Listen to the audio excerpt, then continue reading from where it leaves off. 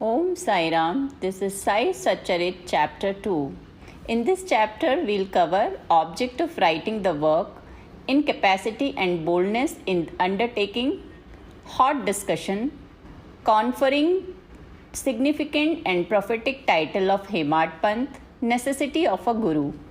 In the last chapter, the author mentioned in the original Marathi book that he would state the reason that led him to undertake the work and the persons qualified to read the same and such other points. Now in this chapter, he starts to tell the same.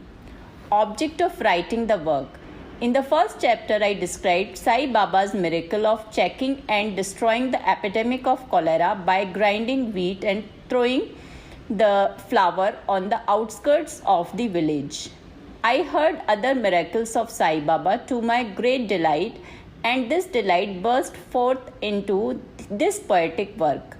I also thought that the description of these grand miracles of Sai Baba would be interesting and instructive to his devotees and would remove their sins, and so I began to write the sacred life and teachings of Sai Baba. The life of the saint is neither logical nor dialectical. It shows us the true and great path. Incapacity and boldness in undertaking the work. Hemad Panth thought that he was not a fit person to undertake the work. He said, I don't know the life of my intimate friend, nor do I know my own mind. Then how can I write the life of a saint or describe the nature of incarnations, which even the Vedas were unable to do? One must be a saint himself before he could know other saints. Then how can I describe their glory? To write the life of a saint is the most difficult, though one may as well measure the depth of the water of the seven seas or enclose the sky with cloud trapping. I knew that this was most venturous undertaking which might expose me to ridicule. I therefore invoked Sai Baba's grace. The premier poet saint of Maharashtra, Shri Gyaneshwar Maharaj, had stated that the Lord loves those who write the lives of saints, and the saints also have a peculiar method of their own of getting the service, which the devotees long for, successfully accomplished. The saints inspire the work, the devotees become only an indirect cause or instrument to achieve the end. For instance, in 1700 Shaka year, the poet Mahipati aspired to write the lives of saints. Saints inspired him and got the work done. So also in 1800 Shaka year, Das Ganu's service was accepted. The former wrote 4 works, Bhakta Vijaya, Santa Vijaya, Bhakta Leelamrit and Santa Kathamrit, while the later wrote 2 Bhakta Leelamrit and Santa Kathamrit, in which the lives of modern saints were described. In chapters 31, 32 and 33 of Bhakta Leelamrit and in chapter 57 of Santa Kathamrit, the sweet life and teachings of Sai Baba are very well depicted. These have been separately published in Sai Leela magazine, number 11 and 12, volume 17. The readers are advised to read these chapters. So, also Sai Baba's wonder Leelas are described in a small decent book named Sri Sai Nath Bhajan Mala by Mrs. Savitri Bai Raghunath Tendulkar of Bandra. Das Ganu Maharaj also has composed various sweet poems on Sai Baba. A devotee named Amidas Bhavani Mehta has also published some stories of Sri Sai Baba in Gujarati. Some numbers of Sainath Prabha, a magazine published by Dakshina Bhiksha Sanstha of Shri, are also published. Then the question of objection comes in that while so many works regarding Sai Baba are extant, why should this Sai Satcharitra be written, and where is its necessity? The answer is plain and simple. The life of Sai Baba is as wide and deep as the infinite ocean, and all can dive deep into the same and took out precious gems of knowledge and bhakti and distribute them to the aspiring public. The stories, parables, and teachings of Sai Baba are very wonderful. They will give peace and happiness to the people who are afflicted with sorrows and heavily loaded with miseries of this worldly existence, and also bestow knowledge and wisdom, both in the worldly and in spiritual domains. If these teachings of Sai Baba, which are as interesting and instructive as the Vedic lore, are listened to the meditated upon, the devotees will get what they long for, that is, union with Brahman, mastery in Eightfold Yoga, bliss of meditation, etc. So I thought that I should call these stories together. That would be my best upasana. This collection would be most delightful to those simple souls whose eyes were not blessed with Sai Baba's darshana. So I set about collecting Sai Baba's teachings and expressions, the outcomes of his boundless and natural self-realization. It was Sai Baba who inspired me in this manner. In fact, I surrendered my ego at his feet and thought that my path was clear and that he would make me quite happy here and in the next world. I could not myself ask Sai Baba to give me permission for this work, so I requested Mr. Madhavraj Deshpande, alias Shama, Baba's most intimate devotee, to speak to him for me. He pleaded for my cause and said to Sai Baba, "This Anna Sahib wishes to write your biography. Don't say that you are a poor begging fakir and there is no necessity to write it. But if you agree and help him, he will write, or rather your feet will accomplish the work. Without your consent and blessing, nothing can be done successfully." When Sai Baba heard this request, he was moved and blessed me by giving me his udi, and placing his boon bestowing hand on my head, said, "Let him make a collection of stories and experiences, keep notes and memos. I will help him. He is only an outward instrument. I should write myself my autobiography and satisfy the wishes of my devotees. He should get rid of his ego, place it at my feet. He who acts like this in life, I help the most. What of my life stories? I serve him in his house in all possible ways. When his ego is completely annihilated and there is left no trace of it, I myself shall enter into him and shall myself write my own life. Hearing my stories and teachings will create faith in devotees' heart, and they will easily get self-realization and bliss. Let there be no insistence on establishing one's own view, no attempt to refute others' opinion, no discussion of pros and cons of any subject. The word discussion put me in mind of my promise to explain the story of my getting the title of Hemad Panth, and now I begin to relate the same. I was on close friendly terms with Kaka Sahib Dikshit and Nana Sahib Chandorkar. They pressed me to go to Shri and have Baba's darshana, and I promised them to do so. But something in the interval turned up, which prevented me from going to Shri. The son of a friend of mine at Lonavala fell ill. My friend tried all possible means, physical and spiritual, but the fever would not abate.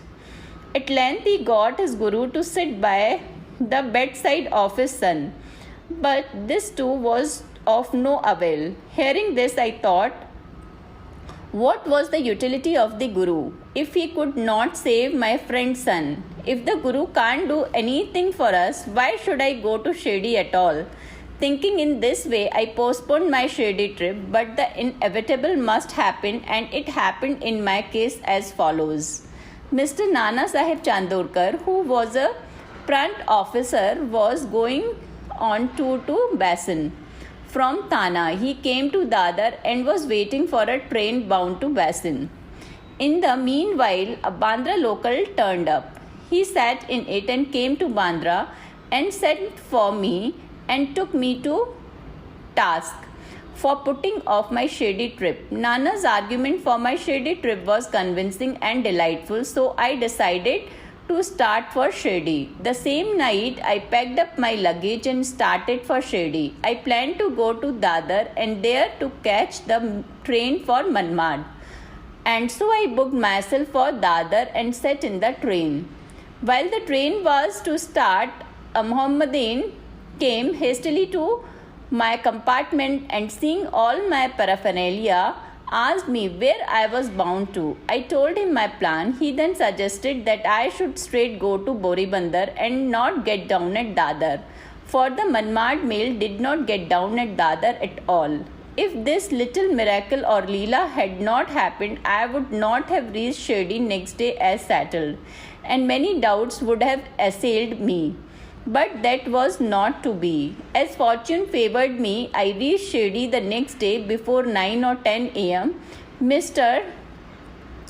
Bao Sahib was waiting for me there. This was in 1910 AD, when there was only one place, that is Sathejwada, for lodging pilgrim devotees. After alighting from the Tanga, I was anxious to have darshan. When the great devotee Tatya Sahib Nulkar returned from the masjid and said that Sai Baba was at the corner of the Wada and that I should first get his preliminary darshan and then after bath see him at leisure. Hearing this, I ran and prostrated before Baba, and then my joy knew no bound. I found more than what Nana Chandorkar had told me. All my senses were satisfied and I forgot thirst and hunger. The moment I touched Sai Baba's feet, I began a new lease of life. I felt myself much obliged to those who spurred and helped me to get the darshan, and I considered them as my real relatives, and I cannot repay their debt. I only remember them and prostrated before them. The peculiarity of Sai Baba's darshan, as I found it, is that by his darshan our thoughts are changed, the force of previous action is abated, and gradually non-attachment of dispassion towards worldly objects grows up. It is by the merit of actions in many past births that such darshana is got. And if only you see Sai Baba, really all the world becomes or assumes the form of Sai Baba. Hot discussion. On the first day of my arrival in Shri, there was a discussion between me and Bala Sahib Bhate regarding the necessity of a guru. I contended, why should we lose our freedom and submit to others when we have to do our duty? Why a guru is necessary? One must try his best and save himself. What can the guru do to a man who does nothing but sleep indolently? Thus I pleaded free will, while Mr. Bhate took up the other side, that is destiny, and said, whatever is bound to happen must happen. Even great men have failed. Man proposes one way, but God disposes the other way. Brush aside your cleverness, pride, or egoism won't help you. This discussion, with all its pros and cons, went on for an hour or so, and as usual, no decision was arrived at.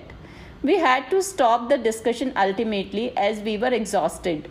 The net result was this, that I lost my peace of mind and found that unless there is strong body consciousness and egoism, there would be no discussion. In other words, if it is egoism which breeds discussion. Then when we went to masjid with others, Baba asked Kaka Sahib Dikshit the following. What was going on in Sathejwada? What was the discussion about? And staring at me, Baba further added, what did this Himatpan say? Hearing these words, I was much surprised. The masjid was at a considerable distance from Sathejwada, where I was staying and where the discussion was going on. How could Baba know our discussion unless he be omniscient and inner ruler of us all? Significant and prophetic title. I began to think why Sai Baba should call me by the name Himatpan. This word is a corrupt form of Himadri Panth. This Himadri Panth was a well-known minister of the kings Mahadev and Ramdev of Devgiri, of the Yadav dynasty. He was very learned, good-natured, and the author of good works such as Chaturvarga Chintamani and Raj Prashasti. He invented and started new methods of accounts and was the originator of the Modi script. But I was quite the opposite and ignoramus and of dull and mediocre intellect. So I could not understand why the name or the title was conferred upon me. But thinking seriously upon it, I thought that the title was a dart to destroy my ego, so that I should always remain meek and humble. It was also a compliment paid to me for the cleverness in the discussion. Looking to the future history, we think that Baba's word calling Mr. Dabolkar by the name Hematpant was significant and prophetic, as we find that he looked after the management of Sai Sansthan very intelligently, kept nicely all the accounts, and was also the author of such a good work, Sai Satcharitra, which deals with such important and spiritual subjects as jnana, bhakti and dispassion, self-surrender and self-realization. About the necessity of a guru, Hematpant has left no note, no memo about what Baba said regarding his subject, but Kaka Sahib Dikshit has published his notes regarding this matter. Next day, after Hematpant's meeting with Sai Baba, Kaka Sahib went to Baba and asked whether he should leave Shri. Baba said yes. Then someone asked Baba, where to? Baba said, high up. Then the man said, how is the way? Baba said, there are many ways leading there. There is one way from here. The way is difficult. There are tigers and wolves in the jungle on the way. I asked, but Baba, what if we take a guide with us? Baba answered, then there is no difficulty. The guide will take you straight to your destination. Avoiding wolves, tigers and ditches etc. on the way. If there be no guide, there is the danger of your being lost in the jungles or falling into ditches. Mr. Dabolkar was present on this occasion, and he thought that this was the answer Baba gave to the question whether Guru was a necessity.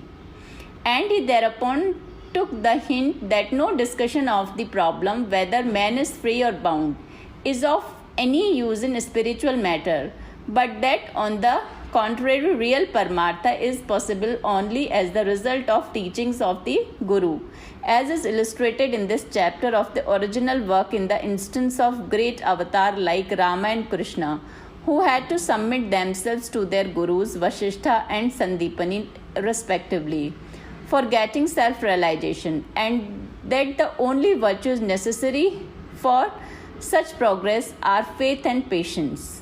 Bow to Shri Sai, peace be to all.